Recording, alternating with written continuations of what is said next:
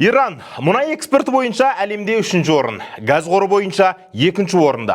Аузын айға балаған, ақшқа қасқайып тұрған жалғыз ел. Әлемдегі әскери күшінің жалпы рейтингі бойынша 13-ші, белсенді әскерлер саны бойынша 7-ші орында. Иранда исламдық басқару жүйесі бар. Ең жоғарғы басшы Әли Хаменеи. Рухани көсем, пәтуа беретін, тіпті президентке де бұйрық беретін тұлға. Ал президент мұнда тек атқарушы адам. 90 миллион халық, 2000 жылдан астам тарихы бар. Біз білетін Иран артта қалған, дінмен уланған, халқын қинағанды ғана білетін, өркениеттен өрісі алыс, өткен аптадан бастап Израильмен соғысып жатқан ел еді. Алайда шынайы Иран басқа екен. Әуелі еңбегімді бағалап, жақсы контенттер көбейсін десеңіздер, маған тіркелуді ұмытпаңыздар. Ендеше кеттік. Бір тамшы мұнай бір ұлттың тағдырын өзгерте ала ма? Ал ондай тамшылар миллиондаған тонна болса ше. Бұл Иран жайлы жайған әңгіме емес. Бұл жер қойнауы бай, бірақ тағдыры бұлыңғыр болған елдің шынайы хикаясы. Бұл өз жерінде байлық бар, бірақ ол байлықтың кімге тиесілі екені белгісіз болған, дамығаны дарақы, діндегені дүдәмәл болған, бір ғасырда біраз дүмпуді бастан өткерген ел. 1908 жылы Парсы шөлінде ыстыққа ыңырсып, түнімен көз ілмей жатқан, үміті үзілуге аз қалған британ офицері таңға жуық жер астынан атқылаған мұнай фонтанының гүрілімен оянады. Бұл Иран үшін жаңа дәуірдің басталуы болатын. Мұнай табылды. Бірақ бұл табыс бақыт емес, үздіксіз күрес, сұрапыл соғыс әкелді. Сол күннен бастап Иран тек мұнай иесі емес, әлемдік саясаттың қақ ортасына түсіп, үлкен күштердің ойыншысымен теңестірілді.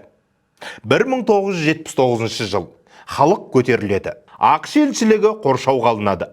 Бірге бизнес жасаған батысқа сенім жоғалады. Себебі олар өз жолын таңдады. Бірақ бұл жол оңай болған жоқ. Бүгінде Тегеран көшелерінде инфляциямен арпалысқан отбасылар, ұзын сонар кезекте тұрған аналар, таразы басына түсіп тұрған нан мен еркіндік.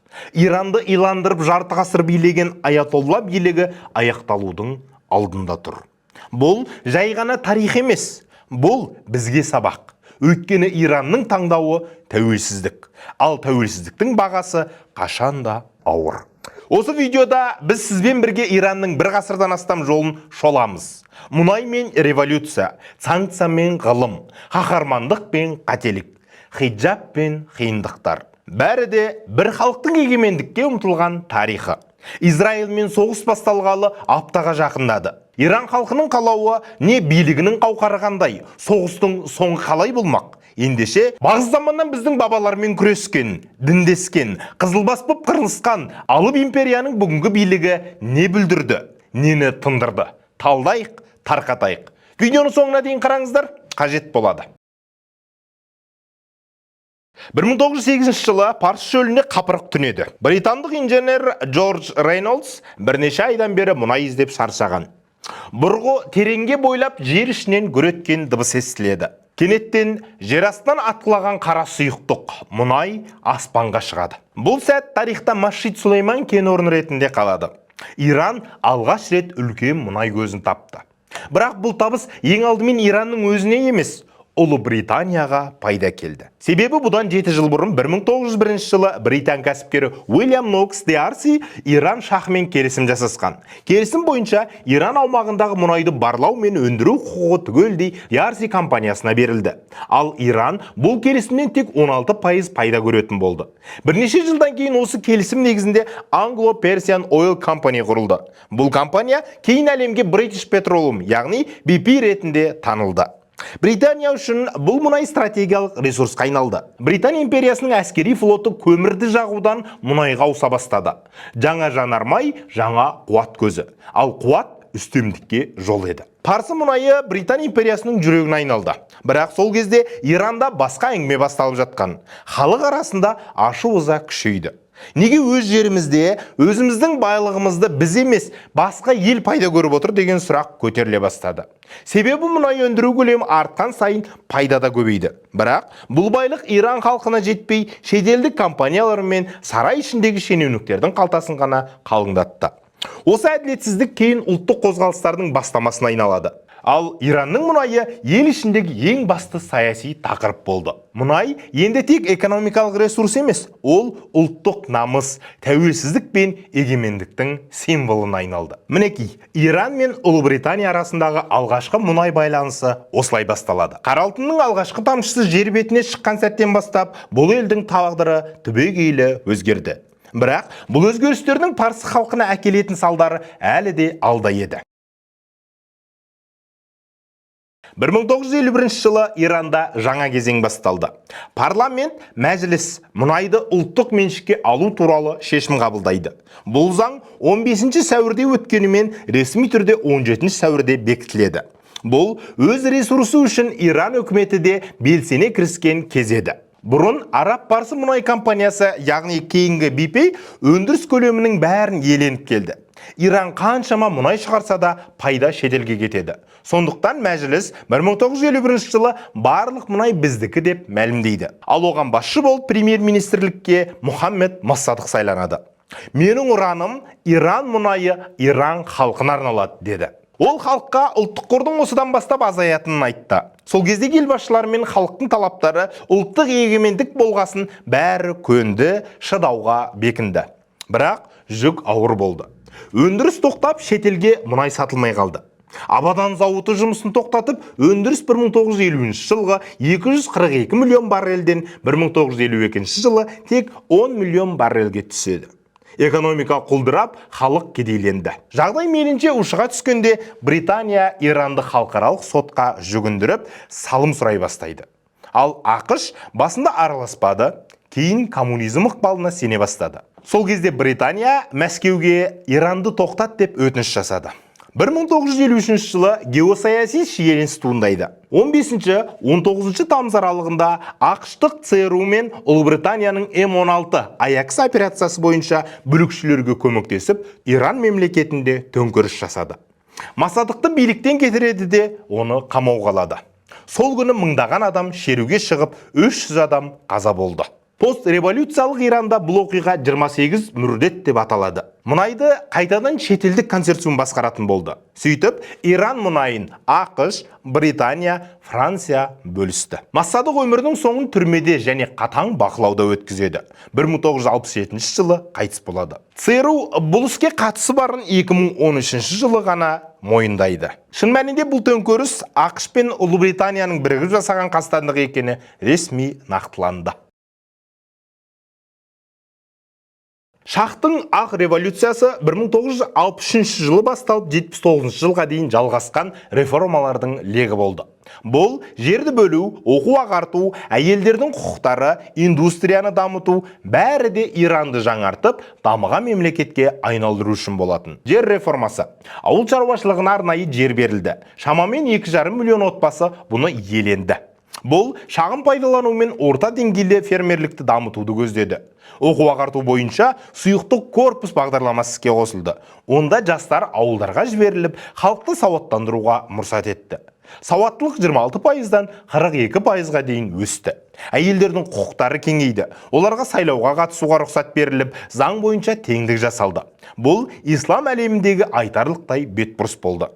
Индустрия мен инфрақұрылым, темір жол, тас жолдар, кеме айлақтары, зауыттар пайда болды. Жаппай индустрия мен орта кластың дамуына серпін берді. Экономикада біршама табыс бар. 1959-72 жылдарға жылдық орташа өсім шамамен 9,8% болатын. Ал 77 жылы мұнайдан түсетін табыс 20 миллиард долларға жетті. Бұл жалпы табыстың 79% еді. Ислам революциясына дейінгі Иран деген видеолар осы кезде түсірілген болатын. Алайда бұл мемлекеттегі жылдам өзгерістер теңсіздікті де тудырды. Инфляция 15-20% деңгейінде болып, кейбір аймақтар мен тұрғындар сол реформаның жемісіне мүлде қол жеткізе алмады. Көшіп қону, қалаға тіркелу жылдам ұлғайды. Урбанизация басталды. Көптеген жұрт қалаларға көшіп, әлеуметтік қолдау жүйесі бұзылды. Клериялық топтар пайда болды. Дін қызметкерлері, саудагерлер, бай шаруалар бәрі реформаларға қарсылық танытты. Ақпараттық көркем сөздер жаңа заңдарға қарсы шыққан кезде ислам құндылықтары қорғалсын деген дауыстар естілді. Бірақ халықтың барлығына бірдей жетпеген тиімділіктер әлеуметтік шиеленістерді одан әрі тудырды. Адамдардың көбі қалаға қоныстанып, есебінен рухани дәстүрлер әлсіреді. Оның үстіне инфляция мен әлеуметтік теңсіздік революция алдындағы тасада қалған түйткіл болып қалды. Яғни ақш пен Британия астыртын басқарған билік арқылы ислами құндылықтарды азайтып, даму деп батыстық идеологияны барынша насихаттай бастады. 1970 жылдар Иран тарихының ерекше кезеңі болды. Мұнай бағасы күрт өсіп, Иран табысқа кенелді. 73 жылы мұнайдан түсетін түсімдер 5 миллиардтан 20 миллиард долларға дейін ұлғайды. Иранның әлемдік мұнай нарығындағы үлесі 10%-ға дейін жетті. Бірнеше айдың ішінде халық байып, заводтар ашылды, құрылыс қарқын алды. Шах та үлкен жоспардың іске асып жатқанын қуана жариялады. Алдағы 10 жылдықта Иран әлемдегі жетекші экономикалардың қатарына кіруі мүмкін деді ол. Жаңа мұнай табыстары бюджеттің 50%-ын құрады. Әлеуметтік салаларға қаржағын артты, бірақ проблема да басталды. Мемлекеттік шығындар да күрт өсті. Экономикаға қауіп төнді. 1975 жылы Иран экономикасы 15%-ға өссе, 77-78 жылдары керісінше 12%-ға құлдырады. Бұл дәл бір мезетте жылу берген үміт оты кейін тұтаса жанған, жалындаған алапат өрт секілді әсер қалдырды. Инфляцияда 100% ілесе жүрді. 74-77 жылдары инфляция 15-тен 25%-ға дейін көтерілді. Бағалар өсті, табыс азайды. Теңсіздік барынша өсіп, әділетсіздікке әкелді. Байлар шетелдік инвестициялар мен қызметтер арқасында барынша байыды. Ал ауылдан келген кедейлер мен жұмысшылар, әсіресе төмен табысты топтар қаржылық қиындықтан қирап жатты. Сонымен қатар халық саны да тез өсті. 20 жылдардан келесі 10 жылдыққа дейін 2 есе көбейді. Қала халқы көбейді, бірақ инфрақұрылым болмады. Жұмыссыздық, әлеуметтік тапшылық өрши түсті. Қала көшелері ашықтан ашық қарсылықтың алаңына айналды. Орталық биліктің мұндай жобалармен халықтың мұң-мұқтаждарына мән бермейтіндігі айқындала бастады. Осы сәтте Шахтың саясатына діндарлар мен консерваторлар ашықтан ашық қарсылық көрсете бастады. Олар экономика дамып жатыр, бірақ рухани дәстүрден алыстай береміз. Ұлттық құндылықтарымыз, хақ дініміз қайда қалды? Халық ауыр жағдайға тап болды деді. 1978-79 жылдар аралығында елдегі әлеуметтік экономикалық шиеленіс ең жоғарғы деңгейге жетті. Мұнай табыстары молайды, бірақ қарапайым халық тоқшылықты сезінбеді. Шах пен патшайымның шалқыған өмірі өшпенділікті одан әрі өршітті. Бұл революция алдындағы ауыр үлгі. Мұнда табыс бар, бірақ әділдік жоқ. Өсу бар, бірақ ортақ игілік жоқ. Шын мәнінде экономикалық бум әлеуметтік құбылуға жол ашып берген бүліктің басы болды. 1979 жыл Иранның тағдырын түбегейлі өзгертті. Революциядан бұрын халықтың ашу-ызасы көп деңгейге жиналып қалған болатын. Инфляция мен жұмыссыздық, рухани дәстүрден алыстаған мемлекет, байлар мен кедейлер арасындағы алыс айырмашылық. Сонымен бірге дін қызметкерлері мен ұлттық қайраткерлер өзгеше Иранды армандаған. Олар қару емес, мәдени түбегейлі қозғалыс арқылы билікке келгісі келді. Ауылдағы аш-жалаңаш халық, тоқыраған өндіріс, кері кеткен экономика, халықтың қарсылығы одан әрі артып барады. Шах бәрін көріп тұр, түсініп тұр. Не істеді дейсіз бе? Қазіргі күннің курсымен 600 миллион долларға аста-төк той жасады. Әлемнен басшылар, танымал жұлдыздарды шақырды. Біз негіз бақыттымыз деп көрсеткісі келді. Көтеріліс болды. Шах отбасымен бірге аман сау байлығын алды да ақш-қа қашып кетті. Хаминеи келді. 1980 жылдардың басында Ислам Республикасының аясында экономика толығымен ұлттық боп қайта құрылды. Банк, сақтандыру, өнеркәсіп бәрі мемлекет меншігіне өтіп, бір орталық жүйеге біріктіріледі. Бұл әлеуметтік әділеттілікті күшейту мақсатында жасалған қадам болатын. Айтпақшы, санкциялар сол кезде басталды. Басты себеп ирандықтар ақш елшілігін басып алды да Шахты қайтарып беруін талап етті. ақш бұған келіспеді, санкция салды. Шах демекші, кеше Израильмен соғыс басталғалы ақштағы 95 жасар әлгі патшайым бой көрсетті. Ал оның ұлы Пехлеви Иран халқына көтеріліске шығыңдар, режимді құлатайық, мен қайтып оралам деп үндеу жасады. Одан да қызығы сол, тура осы уақытта бірнеше күн бұрын Шахтың немересі Иман Пехлеви Парижде америкалық еврей бизнесменге Иран халқы соғысып жатқан еврейге тұрмысқа шықты. Той суреттері мінекей. 79 жылға оралайық. Сол кезде елдегі әйелдер құқықтары күрт шектеле бастады. Шах дәуіріндегі көптеген бастамалар орнына келмей тоқтады. Сол кездегі әйелдерге тиесілі оқу ағарту, еңбек құқықтары түбегейлі қысқартылды. 1979 жылы 1 наурыз күнінен бастап хиджаб барлық әйелге міндетті болды. Қарапайым әйелдер өз жеңіп келген құқығы үшін көшеге шықты. Бірақ кейін билік күшейді. Жаңа режим үшін халықтың әлеуметтік әл-ауқатын жедел жақсарту бірінші мақсат болды. Ауыл тұрғындарына, кедей отбасыға қолдау көрсетілді. Алайда экономикалық теңсіздік қала берді. Инфляция мен санкциялар халықты одан әрі қыса бастады. Сонымен 1979 жылғы революция тұтас ұлттық қайта жаңғыруды мақсат етті. Экономиканы ұлттық меншікке ұстау, әлеуметтік әділеттілік, дінге бағыну және ұлттық бойұсындыру. Бірақ революцияның алғашқы бақытты жаңғырту арманы қатаң орталық билік иелеріне саяси монополия және экономикалық жеңіліс арқылы өзгеріп кетті. Басқаша формат алды. Сенген қойым сен болсаң деген осы болды. Иран әлемдік деңгейге емес, ішкі бақылау мен артқа кетуге қадам басты. Осылайша ислами құндылықтар арқылы батыстық жамандықтан сақтанып, шариғаттың ақ жолымен жүреміз деген халық шариғатты қалауына қарай ыңғайлаған жаңа діни диктатураның құрсауында қалды. Сырт көзбен қарағанда Иран әскери қуатты, ядролық әлеуеті бар аймақтық ойыншы. Бірақ ішкі жағдай басқаша. Бұл елде қарапайым халықтың күнкөрісі жылдан жылға қиындап барады. Соңғы жылда Иран халықаралық санкциялардың ең қатаң түріне тап болды.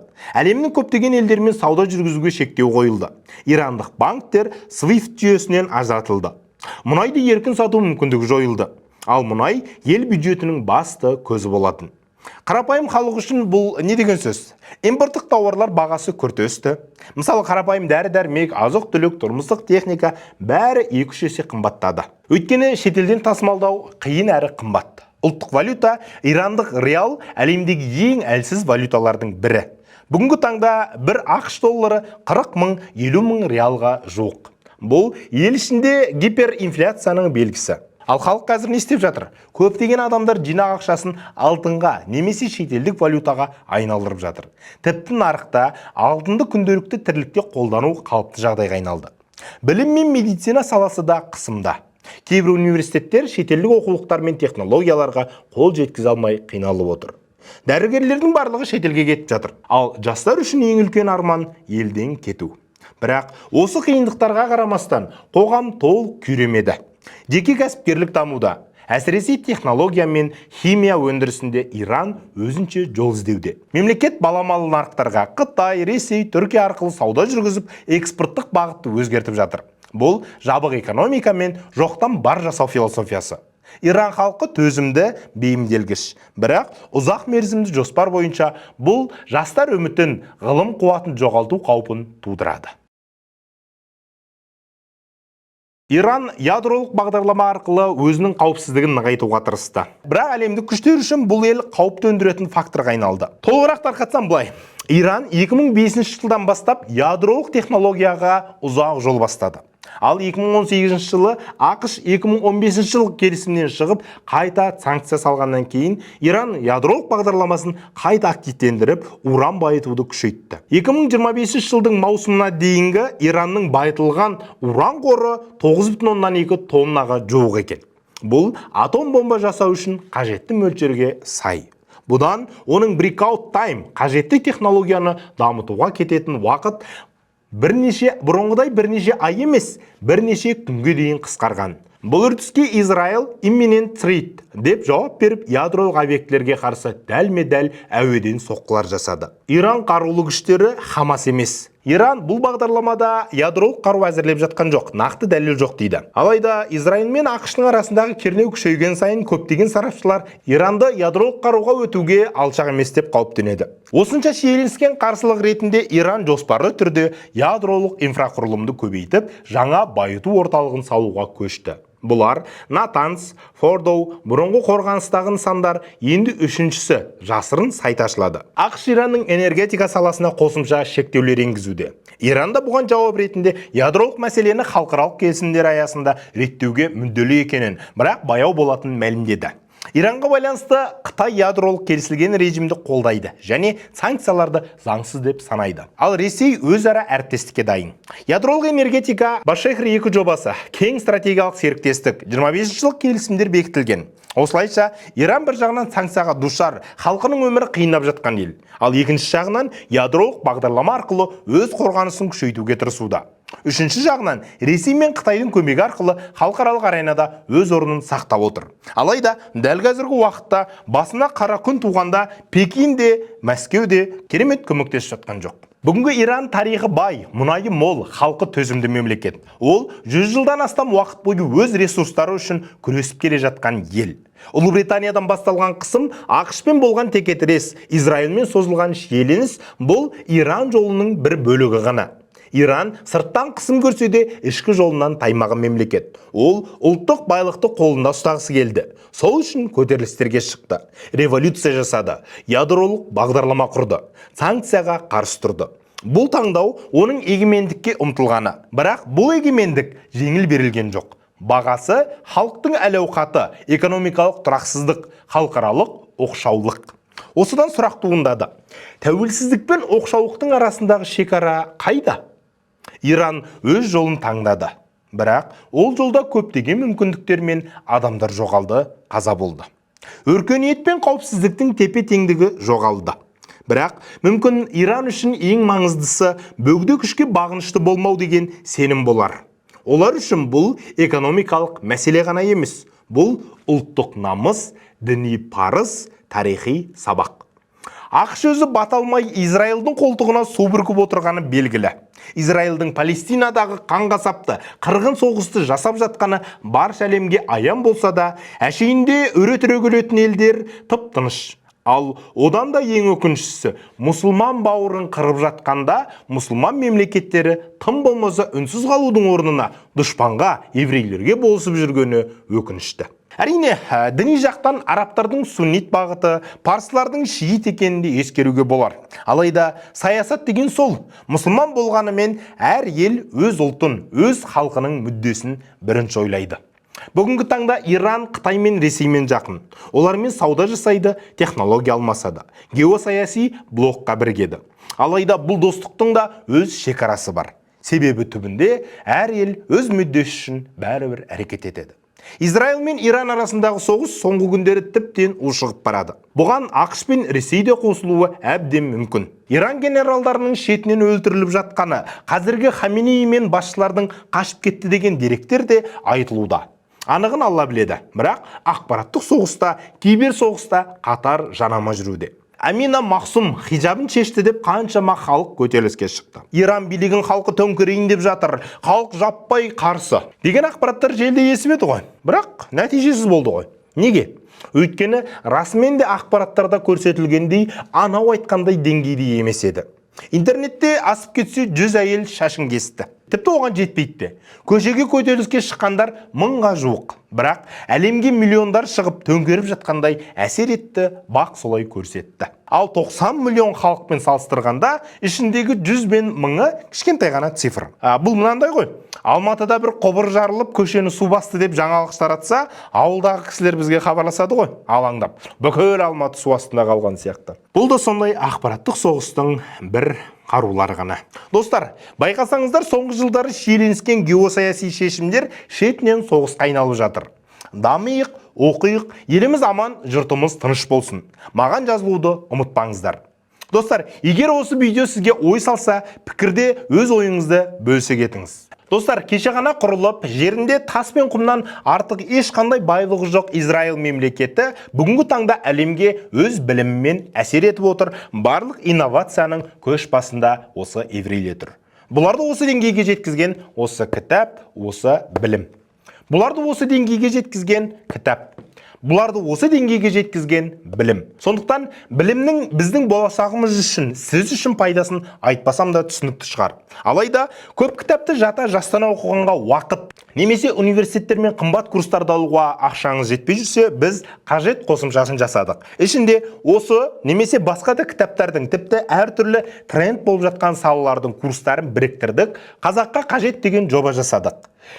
Play Market пен App Store'ға кіріп жүктеп алыңыз, 2-ақ мың теңге төлейсіз, 3 ай бойы барлық курстарды, аудио кітаптарды, саммарилерді тыңдай аласыз. Және басқа да мүмкіндіктер бар. Осылай қазақ тіліндегі қазақ үшін жасалған жобаларды қолдайық. Маған жазылыңыз, жүктеу үшін төмендегі сілтемеге өтіңіз.